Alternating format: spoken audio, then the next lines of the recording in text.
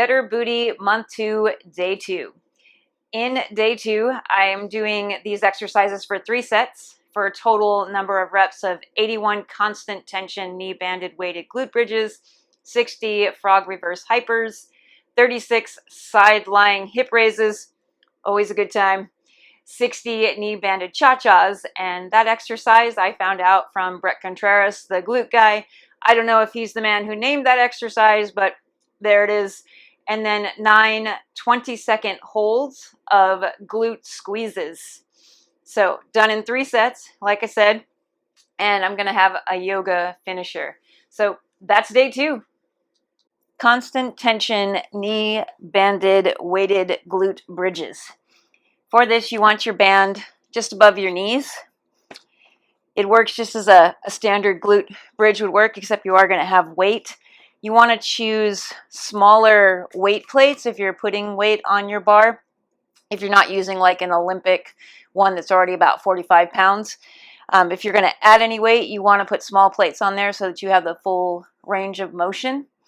You want to make sure that your bar is evenly distributed over your hips, and you want to make sure that you keep a constant tension on the band. So you're going to be pushing your knees out while you are doing the bridge, and you also want to push through your heels. If it helps you, you can like lift your toes up to make sure that you're pushing through your heels, and you want to keep your chin tucked, your head in a neutral position, and your arms spread out wide over the bar so you get a nice grip on it. And you want to make sure as you come up to full extension that you don't hold it there. It's pretty fluid motion as you move up and down. So you don't necessarily hold and pause like you would with a hip thrust. So get yourself into position. You want to have your elbows a little bent to keep the bar where it should be. Remember to keep your knees pulled out in a constant tension on the band as you come to full extension and squeeze your booty. So come up full extension, squeeze your booty, and come back down. So it's a fluid motion, not pausing long at the top nor at the bottom. Again, pushing through your heels. So if it helps, you can have your toes up, forcing yourself to push through those heels. It does make it a little harder sometimes to hold your knees out, but you want to keep your knees spread out, keep constant tension on the band as you do those bridges. Frog reverse hypers.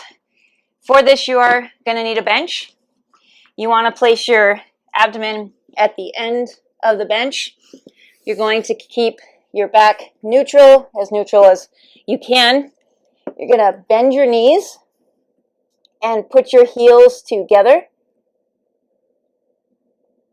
And you're going to push your feet up and back behind you, keeping your heels together as you push back and squeeze your booty.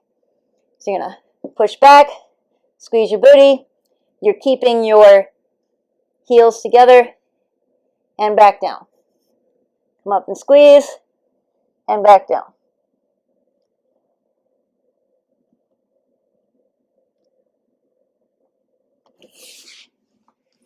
And that is the frog reverse hyper.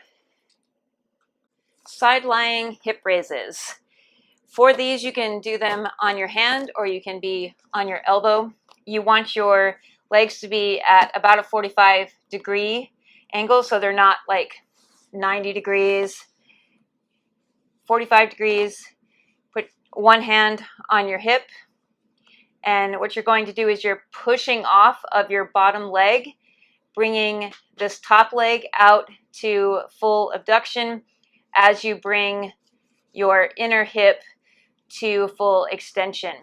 So as you come up, you want to extend, so you're basically bringing your hips forward. You're going to get a full extension on that front hip, and you want to abduct your top one as far as it can go, and then you come back down. Again, full extension, full abduction, come back down. So again, you can do these on your hand as well if that works better for you. So again, full extension, full abduction, and come back down. Knee banded cha-chas. For this exercise, you want your band just above your knees. It's good if you have something to hold on to. You're going to have your feet just under your hips, so they're pretty close together. And you're going to push your hips back by hinging at the hips. You brace yourself by holding on to something, whether that's a chair or a wall. You can do these just where you hinge at the hip and you don't have something to hold on to, but it helps to help brace yourself. And you're going to put most of your weight on one of your legs, the one that you're not going to be kicking out to the side. And in this case, it's going to be my left. So you're going to put all the weight on that foot, on that leg, and kick that foot back and out to the side. So it's about 45 degrees. Rather than coming straight back, it's back and out to the side. Again, keeping the weight on that standing leg. So if you're going to do this exercise without having something to brace yourself with, it's the same stance that you would take. You want to hinge at the hip, and you're still going to push your leg out and back to the side at about 45 degrees. So again, not straight back, it's 45 degree out to the side. All the weight is on that standing leg.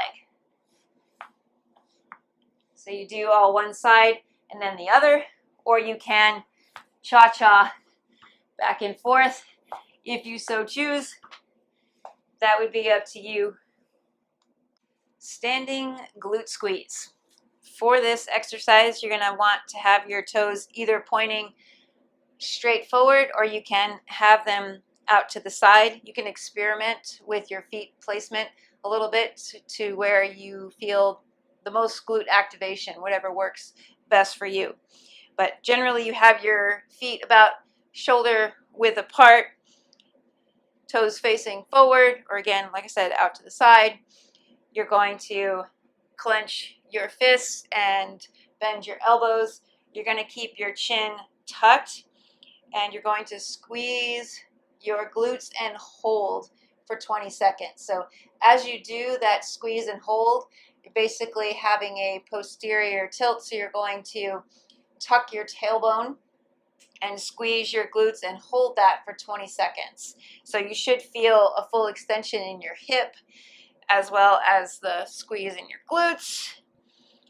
So squeeze, squeeze, squeeze, squeeze, squeeze, keep squeezing.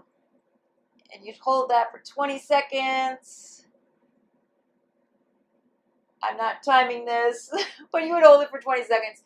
And then obviously relax and repeat that for your 3 sets.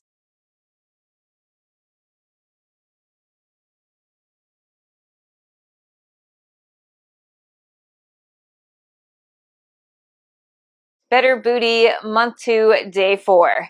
In today's workout, there are no new exercises to necessarily demonstrate for you, but we are going to be adding weight to ones that I have previously shown. So single leg hip thrusts are going to be involved with a dumbbell. We're doing 30 of those, so that would be 3 sets of 10.